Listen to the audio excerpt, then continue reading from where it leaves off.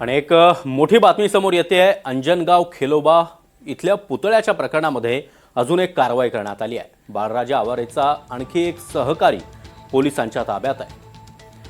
संभाजी आघाव असं या व्यक्तीचं नाव आहे आणि या व्यक्तीला पोलिसांनी ताब्यात घेतलंय। संभाजी आघावची सुद्धा पोलिसांकडून आता चौकशी केली जाईल। इथे अचानक येऊन उभारण्यात आलेला पुतळा बाळराजे आवारेनंच उभा केला होता।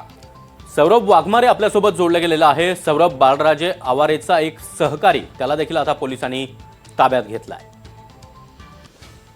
नक्कीच सर, की हे जो पुतळा बनवण्याचा जो कारखाना आहे जो की जालना जिल्ह्यात आहे, तो सील करण्याचे आदेश जे आहेत ते देखील दिलेले आहेत। आणि त्यानंतर धर्मवीर आर्ट्स जे की ज्या ठिकाणी या कारखान्यात हे अवैधरित्या जे पुतळे बनवले जायचे त्या ठिकाणचा जो मॅनेजर म्हणून जो काम करायचा संभाजी शिवाजी आगाव असं या व्यक्तीचं नाव आहे।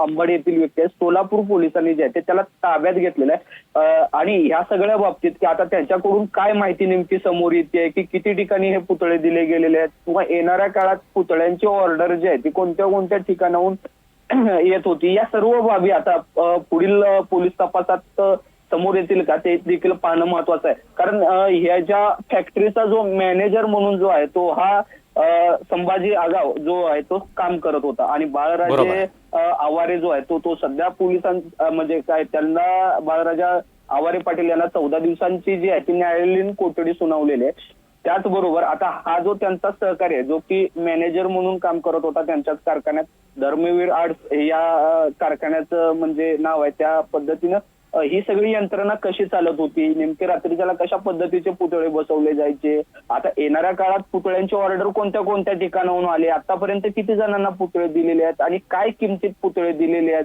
ते पुतळा कशा पद्धतीने तयार केला जातो, हे सगळं ते बरोबर आहे। ज्या भानगड आहेत ना त्या आता येणाऱ्या काळात सोलापूर पोलिसांना जे आहेत त्या आता तपासांती समोर येतानाचं चित्र दिसणार नक्की सौरभ, त्यामुळे महापुरुषांचे पुतळे बसवण्याचा नवा ट्रेंड निर्माण करणाऱ्या टोळीला कुठेतरी पोलिसांनी आता चाप लावलाय असंच म्हणावं लागेल। धन्यवाद दिलेल्या या सविस्तर माहितीसाठी।